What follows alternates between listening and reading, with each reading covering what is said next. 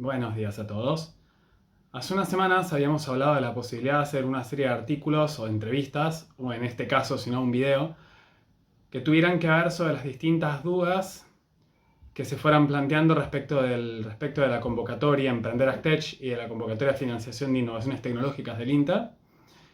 Nos pareció finalmente, después de mucho revisarlo y después de revisar algunas dudas que se fueron planteando, incluso avanzada la etapa de postulación de la convocatoria, nos pareció que al final podría resultar más útil para el público en general que trabajáramos un poco con el tema de las distintas formas de financiamiento que existen, además de las que planteó INTA en esta convocatoria, y las distintas garantías que se manejan para esas formas de financiación, sobre todo porque se plantearon dudas en lo que tenía que ver con en la relación o en cómo se maneja la diferencia entre el ámbito público y el ámbito privado, por ser una convocatoria justamente que no se manejó como normalmente se maneja el ámbito público, sino más bien más parecido a cómo se maneja el ámbito privado. Esto era como uno de los ejes de esta modalidad. De hecho, cuando hicimos en su momento la entrevista con Marini y Sani, el eje de la convocatoria era ese, modernizarse y parecerse más a la financiación que se da en el ámbito privado más que en el público. Y eso generó algunas dudas que vamos a ir viendo ahora en función de lo que nosotros fuimos recibiendo como consultas durante todo este tiempo. Así que un poco con el formato de preguntas, para que sea más fácil seguirlos, les dejo un poco el video y un poco lo que fuimos viendo.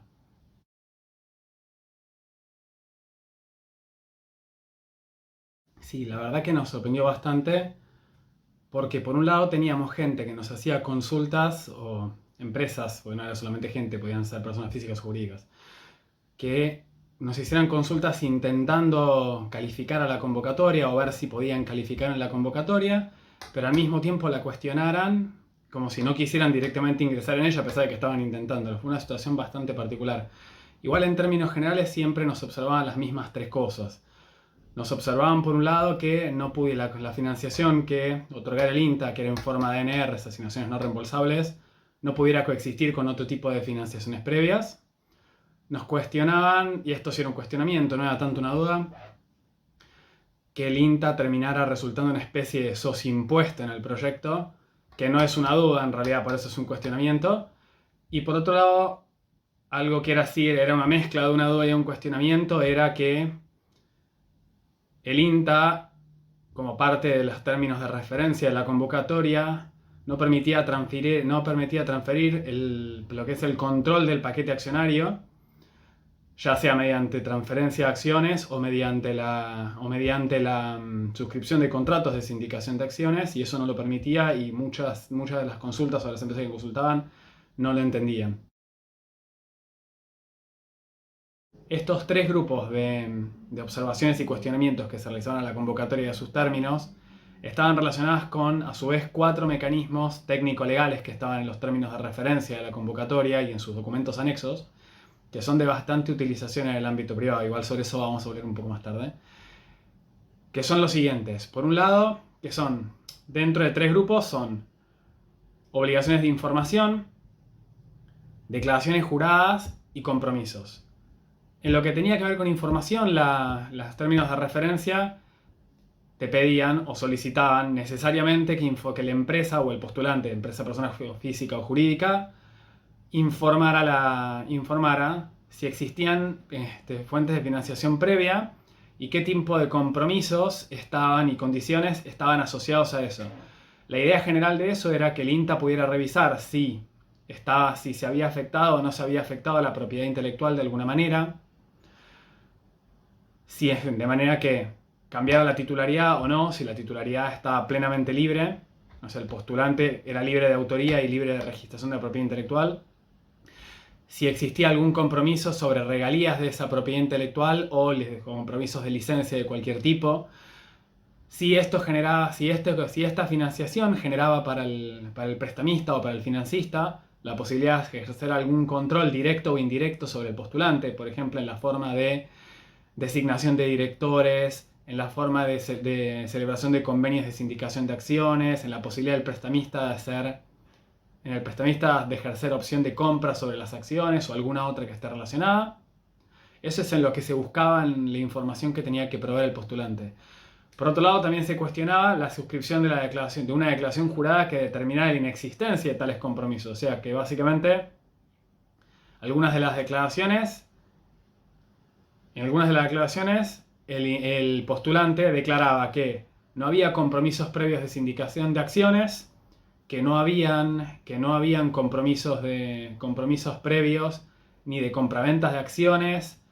ni de regalías sobre patentes, ni se encontraba afectada, ni se afectaría la propiedad intelectual de ninguna manera, ni existían convenios de licencia previos, ni existía ningún tipo de relación de control con la empresa postulante. Y finalmente eso es dentro de lo que son los instrumentos de las declaraciones juradas que se suscribían a la luz de los términos de referencia. Y después está la suscripción, por último, y esto también se cuestionaba, la suscripción de un compromiso de suscripción de un convenio futuro irrevocable sobre la participación por el INTA en las regalías o revenues de la propiedad intelectual que pudiera surgir eventualmente de ese proyecto que el INTA estaba financiando a través de esta convocatoria. Sí, este tipo de garantías y salvaguardas es bastante común en el ámbito privado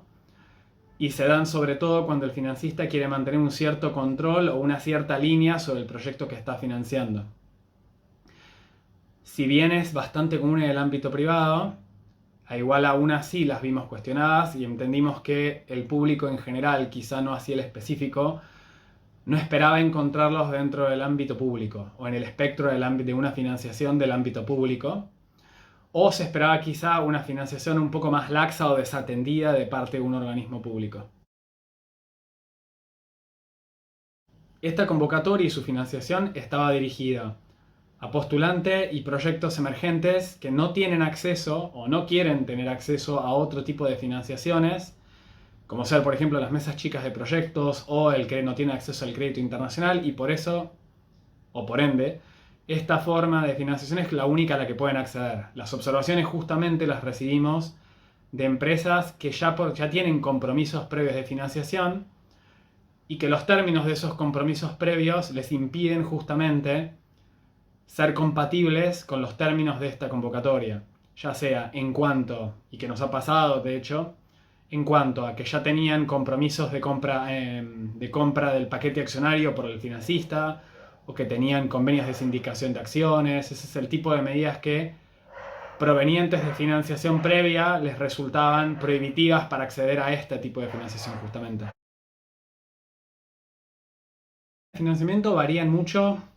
en función de qué es lo que se quiere financiar y la envergadura de lo que se quiere financiar. No es lo mismo la conformación de una empresa para el desarrollo de un proyecto determinado, como ser una startup,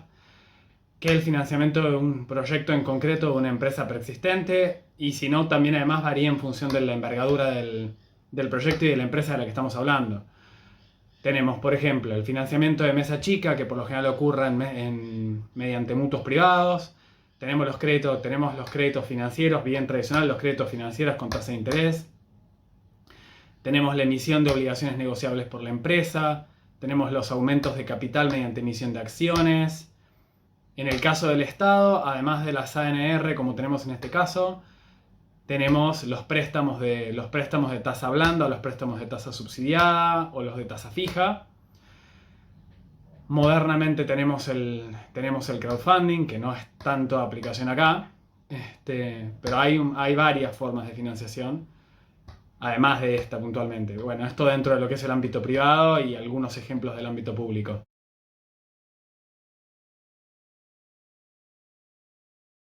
Además de la que vimos en las convocatorias SEA-GIFIT, que tenían que ver con la titularidad de derechos de propiedad intelectual o de la constitución de derechos sobre esa propiedad intelectual, por ejemplo en la forma de regalías, o las que tenían que ver con la prevención del cambio de control de la empresa en perjuicio del financista, que son también típicas del ámbito privado. Hay varias otras, algunas más, otras menos tradicionales. Por ejemplo,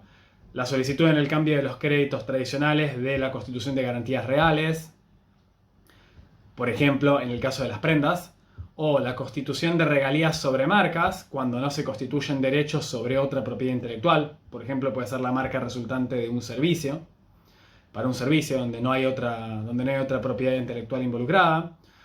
o la introducción en los deals de financiaciones de opciones de compras de paquete accionario de la empresa, o la suscripción de contrato de sindicación, como veníamos hablando antes, o directamente asociarse en la empresa mediante la compra directa de porcentajes del paquete accionario con el paquete de control de la empresa, garantizándose el directorio, o bien con un contrato de sindicación de acciones asociado, entre varias otras.